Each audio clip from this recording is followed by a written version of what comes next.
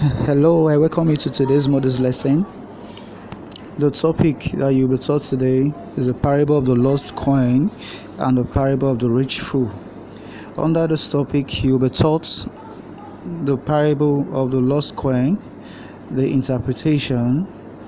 Thereafter, you'll be taught also the parable of the rich fool and the interpretation and significance. The video that comes now explains and talks about the parable of the lost coin. I will see you after this video for the interpretation. Do have a nice time.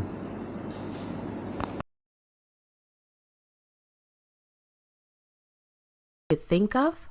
Your lost toy is like a coin in a story Jesus told. There was a woman who owned 10 silver pieces of money. 1, 2, 3, 4, 5, 6, 7, 8, 9, 10. These 10 coins were very precious to her, and she took good care of them. One day the woman thought that she noticed one was missing. Just to be certain, she looked and counted again. 1, 2, 3, 4, 5, 6, 7, 8, 9. Sure enough, one was missing. This woman may have lived in a house with a dirt floor. The house may have had just one small window, so it was dark in the house. When she realized her coin was missing, this woman knew it must have fallen to the floor. It was lost. Since there wasn't much light in her house, it would be a big job to find it. But this coin was very precious to the woman. It may have been a gift to her. Finding the coin was important. Everything else she had been doing had to wait. So she lit a lamp to give her more light, and then she went to work. Carefully, very carefully, she looked for the coin, watching for a sparkle and listening for a sound in case the coin fell out and hit the hard ground. She swept the whole house carefully, looking closely for her coin. First this part of the house, then that part of the house, taking the lamp with her as she moved. Slowly and carefully, ever so carefully, she swept the floor clean as she looked for her coin. And then, did she see something sparkle just a little? She bent down to take a closer look and pushed aside the dirt. Yes, there was her coin. She had found it, and she was so happy. She ran and told her friends and neighbors, "My coin! I found my lost coin!" "Come," she said, "come celebrate with me." Just like that coin was precious to that woman, we are precious to God. We are so precious to God that He doesn't want us to be lost. He will search for us because He wants us to belong to Him. And He wants us to help Him search for other boys and girls, even mothers and fathers who may not know Him. He wants all of us to live in heaven with Him forever. Very soon, Jesus will come for us and take us to live with Him. In heaven, we will sit with Jesus and hear wonderful stories that He will tell. Heaven will be a special place for all who choose to belong to Jesus. This podcast is produced by Gracelink.net at Studio El Piso, Singapore. For more children's resources, please visit Gracelink.net.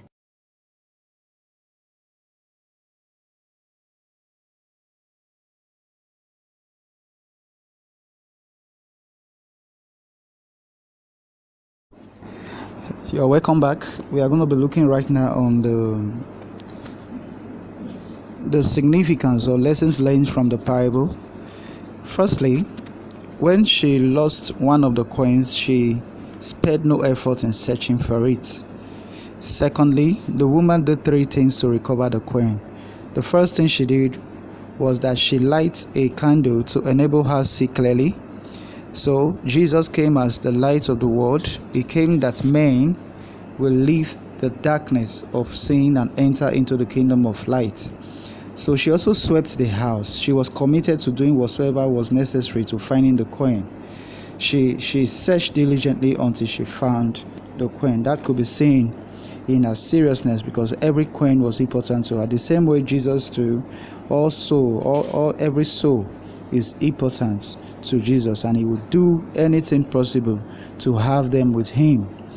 So basically, the woman valued her coin. So some of the moral lesson includes that God hates sin but loves the sinner. God searches for the sinner till he repents and becomes like him. So the second video talks about the video of the rich fool. Someone from the crowd requested Jesus to tell his brother to divide the family inheritance. And Jesus said to him, "Friend, who sent me to be a judge or a mediator over you? Take care. Be on your guard against all kinds of greed, for one's life does not consist in the abundance of possessions." Listen to this parable now. The land of a rich man produced abundantly. "What should I do? For I have no place to store my crops. I will do this. I will pull down my barns and build larger ones. And there I will store all my grain and my goods. And I will say to my soul, Soul, you have ample goods laid up for many years. Relax, eat, drink, be merry." And then an angel of God appeared before him. "Who are you?" "God has sent me to give you this urgent message." "A message of God for me?" "You fool! This very night, your life, you are going to die. And the things you have prepared, whose will they be? So it is with those who store up treasures for themselves. Therefore, I tell you, do not worry about your life, what you will eat, or about your body, what you will wear. For life is more than food, and the body more than clothing." What is the special message for us in this parable, Uncle Yash? Jesus warns about greed. In fact, the major obstacle in the spiritual growth of our world is our attachment to material things and the desire to have more. Why do you think there is so much violence in the world today? Because man is too focused on acquiring more and more. Right, Joshua. When we are happy with our daily bread, our lives are blessed. But alas, we are worried about tomorrow and also the day after. Shouldn't we be worried about that? Not if you trust God and look up to Him as your provider. After all, He is the same yesterday, today, and forever. So true, Uncle Yash.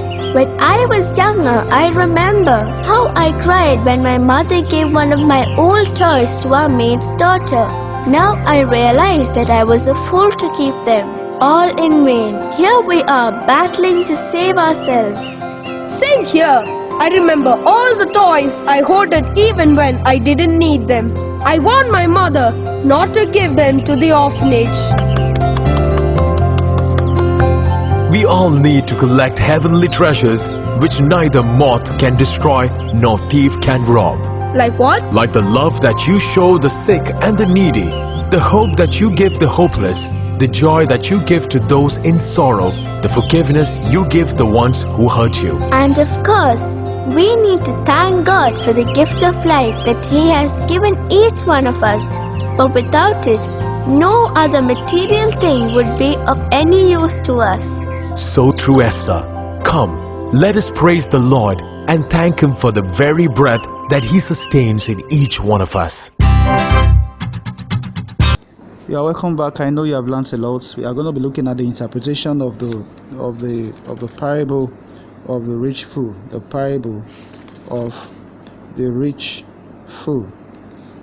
Talking about the interpretation, the rich fool represents those rich people in the world. The rich fool represents those people in the world who believe that money is everything, and money is everything in life. Therefore, they do whatsoever they can to acquire more and more wealth. In other words, they put their trust on the wealth that they have instead of putting their trust on God. So as part of the significance of this lesson, firstly, the rich man forgot that God is the giver of life and wealth. So secondly, it shows that our souls and everything belong to God, who can either take or leave them if he desires. So Christians should beware of covetousness. The rich man did not praise and thank God for the abundant harvest he had.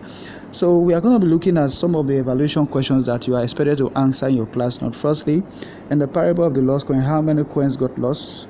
How did the woman find the lost coin? What happened when she found the coin? List two significance of the parable of the lost coin. Narrate the parable of the rich fool and interpret, and list 5 significance of the parable of the rich fool. We have come to the end of the lesson for today. Answer those evaluation questions in your class notes. See you in the next class. Bye.